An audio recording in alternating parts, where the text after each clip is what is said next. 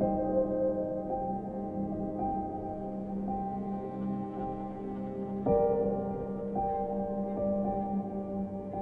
was always taught to be this tough, badass.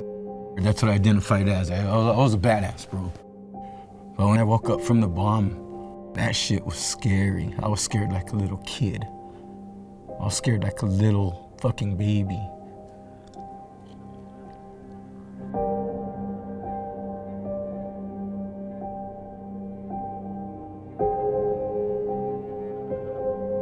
It was nuts finding my way growing up. You know, a little half-black boy with a Mexican mom and no dad. And my mom wasn't ready to be a mom. My mom and her husband are not dark Mexicans. You know what I mean? They're light-skinned Mexicans. They're fair complexion, I guess. They're not like dark at all. Too Mexican for the blacks and too black for the Mexicans. Fucking hated it, bro. Like, my mom's husband, he would tell me to tell people he was my coach. He was my coach. Rudy was a fucking piece of shit. I didn't learn shit from Rudy. Like, he didn't teach me anything like a father-son thing.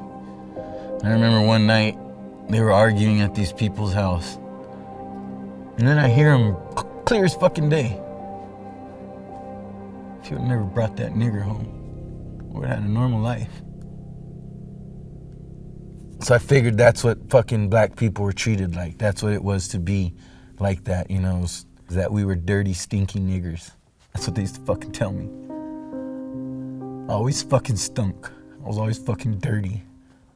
When I used the fucking washcloth, man, you know how much trouble I would get in when I fucking use a white washcloth. You know what the fuck a white washcloth looks like after you rub it against my goddamn skin? Or that's what I thought in my fucking head, you know?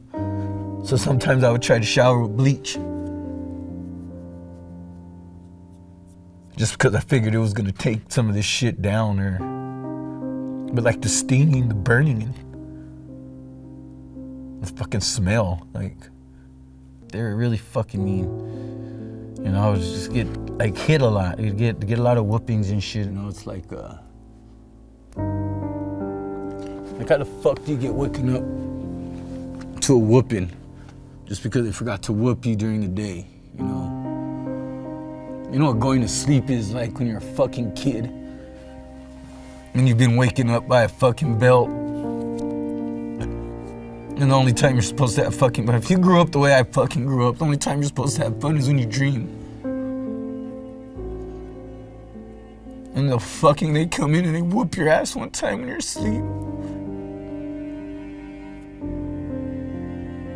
I'll never forget that fucking shit right there. And that's when I knew I was fucked as a kid.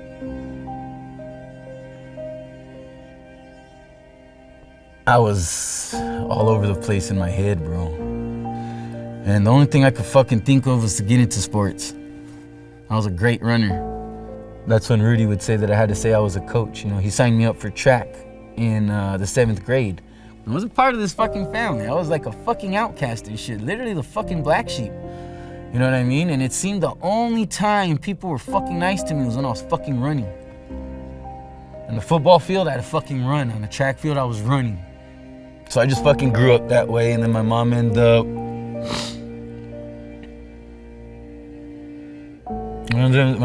leaving. She took off, man. She fucking left me there. I remember she came back, and I got happy because I was sitting at the stairs, and I stood up, and I was like, yeah, she's taking me because I don't even belong here. She forgot her fucking purse.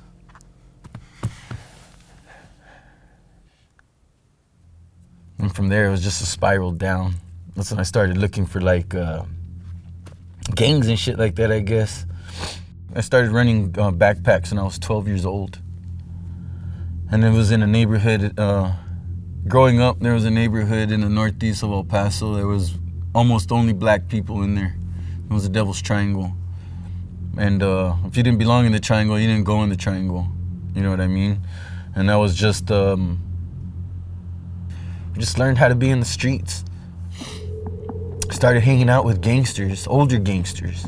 I remember going to the first time I went to the strip club, I want to say around 12 or 13 years old. You know, they had to do a pickup. There was money that they were owed, and there was just coke everywhere. I remember the first time I did coke, I was probably 11 or 12 years old. We get this shit from Mexico. It was still yellow. You know what I mean? It was just fucking crazy. The parties that we used to have, I would drink, bro. I would get drunk. But then I started noticing that's when people started fucking up. And as a gangster and shit, one of the things you never wanted to do is get a record. You never wanted to go to jail. You know, I think the first time I got in trouble was rifle charges or some shit around the Columbine time frame, but some drug charges too. But we get busted. There's like 2 ounces of bud at the house or some shit like that, and we get taken in. And the guy, after like an hour, he was staring at me and he was like, "Where do I know you from?" And I don't know what we had said or some shit. And he was like, "You play football." And he called Coach Shaw. And when he called Coach Shaw, he was just like, "We're taking you back to school." I was fucking scared. If you left your helmet on the field, Coach Shaw will give it back to you with a paddle.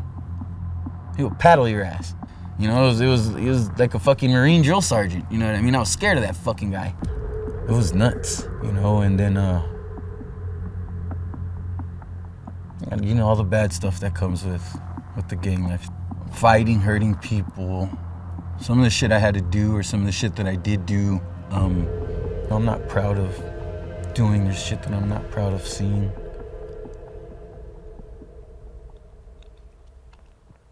And I just think getting off to the Army, bro, that was the best thing for me. You know, it was either blood from the street or blood from Iraq, and that's just when everything changed. It was funny, when I got to basic training, I was so ready for that shit because of Coach Shaw's football practice in West Texas. But in Iraq, I always drove in the middle of the road. It didn't matter. I didn't care what cars are doing anything. IEDs and everything were always set up on the sides. I didn't care. I just wanted to make sure the truck was fine. I have to make sure my truck and everybody in it's always fucking fine. And it was 0304, so we're riding out there, cowboys and Indian style and shit. So we're just in the green Humvees, no doors. January comes around, and I'm driving out another day, and it was early in the morning. It was like 9 in the morning. We take off, and Ricky just came back from leave. He brought back these fucking gloves, the brown aviator gloves. They started making the brown aviator gloves, and you usually had the green ones and shit, so we always looked fucking stupid and fucking had the little, you know, he just wanted the brown ones, and he brought back the brown ones for me. You know, just stupid shit you care about when you're over there. And we're just joking and laughing when I'm driving. And that's the part where it fucks me up, man. Maybe I shouldn't have been joking and fucking laughing. So I have fuck tons of trips out of that gate, and I bring everybody back. I always bring everybody back. Everybody comes back. Get out of the gate, and we're coming off of an off-ramp, like by the UN. It's like bordering Sadr City, Baghdad. That's where we stayed at, like the hood, I guess. So I go to drive off, and we're still talking and shit, man. And then there's these 2 baby blue vehicles. All the vehicles over there are white with orange. But there's these 2 baby blue cars, and they were kind of holding fucking traffic up.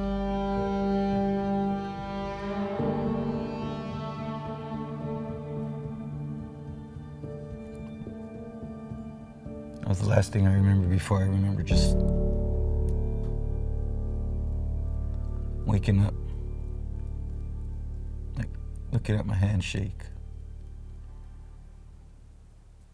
I just smelled dirt. Just dirt, dust, dirt. The only thing I can fucking remember is being late to fucking football practice. Like I was like fuck, dude, Coach Shaw's gonna be pissed. And he's gonna be fucking mad, like I'm late. I'm fucking late. The fucking smoke that bomb gave me.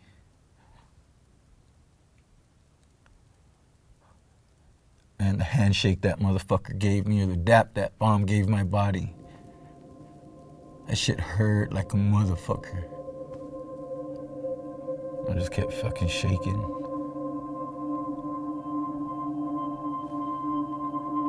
You could just hear, like,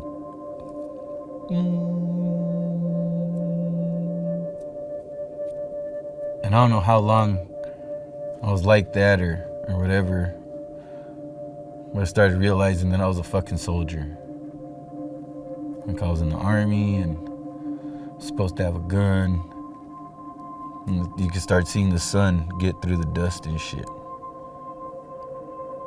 And I remember looking in that fucking hole at that fucking weapon, because I know I had to get it. I had never been so fucking scared in my fucking life to have to. I did not want to fucking get that goddamn weapon, man. Like I knew they were daisy chaining bombs and shit, and I know if you get blown up, you're not gonna feel shit. It felt like forever it took me to grab that goddamn weapon, man. I crawled out of the side of this fucking truck, and it feels like crawling out of a fucking cave, right? Even though it's just a Humvee. I crawl out of this motherfucker, not knowing what to do. I'm gonna check myself. So I start checking, look under my plates. When I get to my hip area and like right to my thighs, I'm gonna start checking my legs and shit. I just hear Ricky. And you just hear top.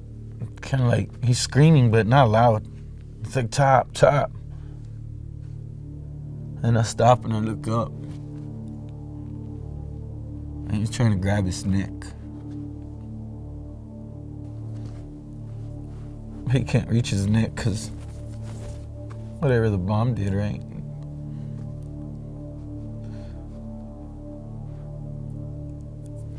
Every time his heart beats, I guess, a bunch of blood shoots out of his fucking neck.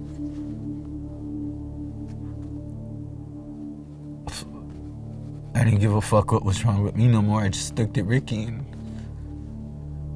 he ran to me and then I get him.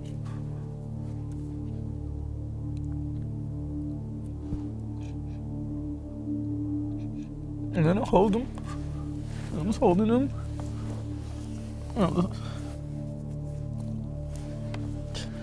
I couldn't make it stop.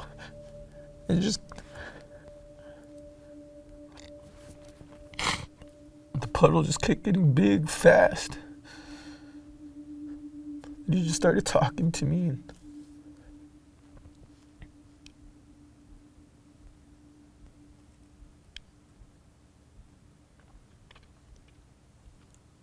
So he told me what to tell. He told me to tell his wife and his daughter.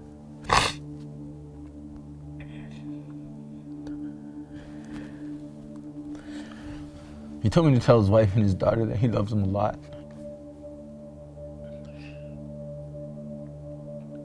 He told me to tell his wife that he's sorry.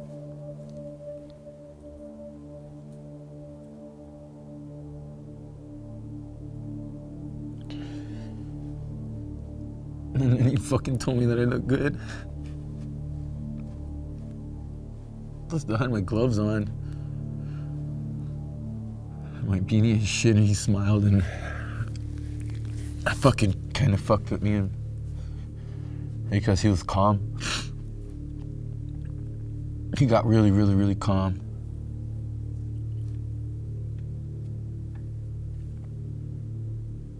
Then it just seems like his eyes went matte. Like they weren't shiny no more.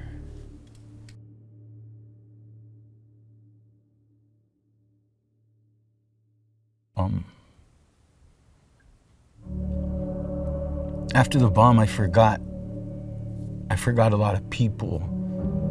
I forgot a lot of stuff about myself. I forgot a lot of stuff about growing up. I forgot a lot of stuff about the army. I only can remember a lot of stuff right now through pictures and When I got back from Iraq and this shit was happening in my brain, and I don't want to talk to nobody because you're a Fort Bragg soldier and you're just one of the baddest motherfuckers around. You're supposed to be this bad pieces of steel, these iron soldiers, and these just bad fucking dudes. And I was just sucking everything up and driving on, and started popping the pills. They were giving me perks.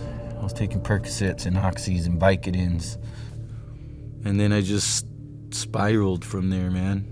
A little bit after that was when I got sent down on recruiting duty because I couldn't do normal duties. So they sent me on, I guess, like a lighter duty or something to help because of my leg, and I wasn't right, man. I wasn't a good dad to none of my kids around that time, you know what I mean? I was paying my child support. I had lost my kids when I was in the hospital. I was too scattered around, man. I was trying to be a soldier. I was trying to be a dad. I was trying to be tough. It just consumed me one day, you know, and I was just done and convinced, you know. It was just the voices in my head took over, and I can usually control them, but I couldn't this time. And everything they fucking said sounded really good, and we didn't want to leave a huge mess for Nicole and Deanna. I know they had to get on with their life. Nicole's a soldier too, my wife. So she was gonna have to get to work, and so we went and got duct tape. We got plastic, and I just remember grabbing the fucking trigger and getting ready to squeeze it, and it's a revolver, so you can...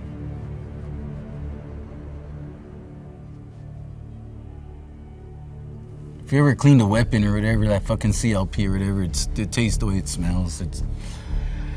I remember the shit just shaking, rattling on my teeth, and I just started thinking about everything, and then my sons, I started thinking about all my sons, and then my daughter, and then I didn't get to see her that one last time, and she wasn't gonna see me in the casket because I was shooting myself in the face. So just waited one more day.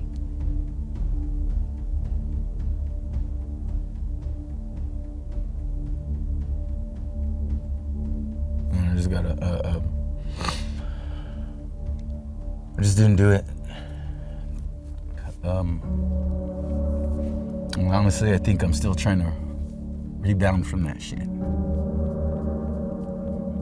Before I got out of the Army, I was in the WTU. It's the Warrior Transition the Warrior Transition Unit. So it's a battalion of broken people. That was the most pitiful shit I could ever. Oh no, I just wish like I had the physical. I wish my shit wasn't just fucking mental. And I just didn't see this shit in the fucking mirror.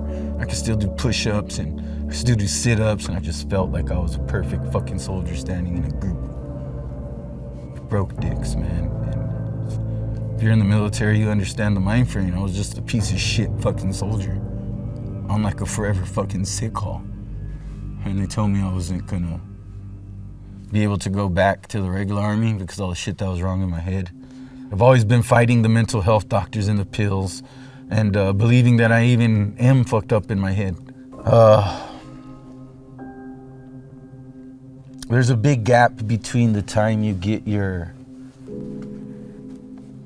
pills from the VA after they take your pills away from the Army. So the Army, I was 2,000 milligrams of Zoloft every day. So I went from fully medicated to nothing. Not a fucking thing. And weed wasn't doing whatever the Zoloft and shit was doing for me. So I started smoking spice, because maybe that was gonna do it for me. If I did some coke, if I smoked some spice, if I smoked some bud, if I just mixed the drugs, that it would kind of do whatever the drugs inside of the meds were gonna do. I don't fucking know where I was at in my head, obviously. I was losing my shit. So long story short, the day I'm supposed to go pin my wife, I have all this shit on me in my truck, and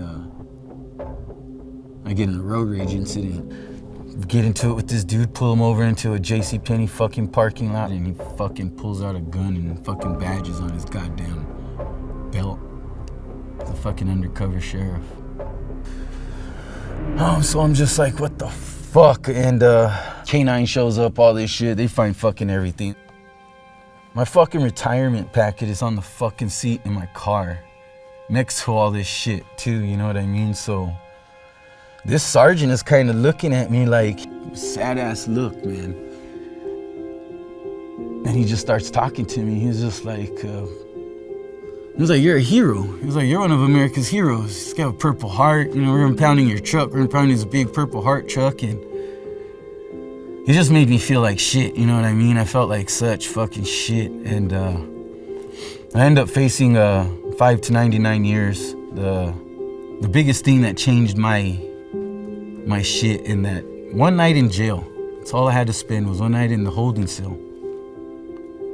But that one night in the holding cell, man,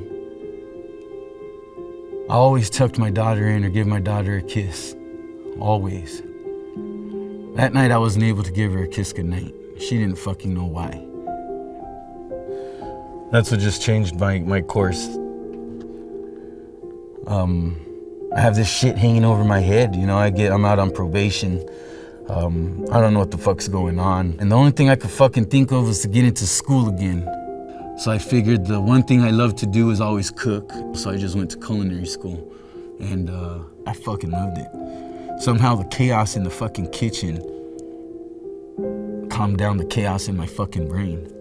You know, looking at a bunch of raw vegetables, knowing that I had to fucking dice these to, you know, a small dice or a julienne or, you know, a large or just whatever. Just the shit that I knew with food and the stuff that I was doing, and it just calmed my head down. And that's when my court hearing came up, probably a year into culinary school, into my associate's degree. I came up to face the 5 to 99 charge and shit, man, and I told her what happened. Like, I just told her the straight up truth. And I remember what she said. She was just like, mijo. You know, in Spanish, that just means son. You know, and she was like, I just don't think that's you. And she fucking gave me a chance. She gave me a fucking chance. Once that court case was over, I guess I could have just fucking stopped. Could have stopped going to culinary school. But fuck, man, I really liked it. I found joy. And that hadn't happened in a long fucking time. And I found that in the kitchen on a fucking plate. I fucking love it. And I still fucking love it. I ended up becoming the head chef for FitOps. And in my eyes, in the future, it'll become one of the premier elite veteran foundations, you know, so. But the only thing that sucks for me is since I've been running for so long, my childhood, my teenage years, the drugs, the gangs, the cartel shit, the clubbing, the army, everything fucking caught up to me like 2 or 3 years ago. And I had to learn how to just swim in a sea of shit.